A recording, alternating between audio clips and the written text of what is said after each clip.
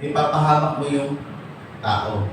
Okay. Kaya si Timothy, mga kapatid, ay in-equip ni Apostol Pablo.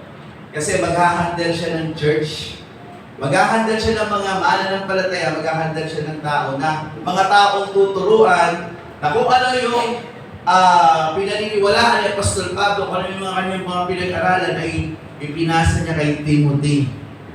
At ang kagandahan kay Apostol Pablo, magaling po siya pagdating sa OT o Old Testament.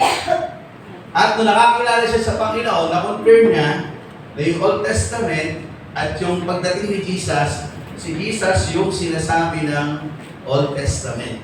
Kaya yung New Testament, alam ni Apostol Pablo na ito yung dapat ituro, no? Na ipaalam na itong pangako ng Diyos sa mga Hudyo ay dumating na at paalam na meron ng New Testament o New Covenant na tinatawag. Kaya pag nagtuturo si Apostol Pablo, kung hindi nyo pong mapapansin nyo, doon sa mga epistles, no? Meron siyang mga, pag nagpaliwanag siya, gumagamit siya ng mga Old Testament scripture. Ikinoconnect niya yung mga bagay na sinasabi ng Panginoon sa Old Testament Scripture. Kasi, yun naman talaga yung katotohanan.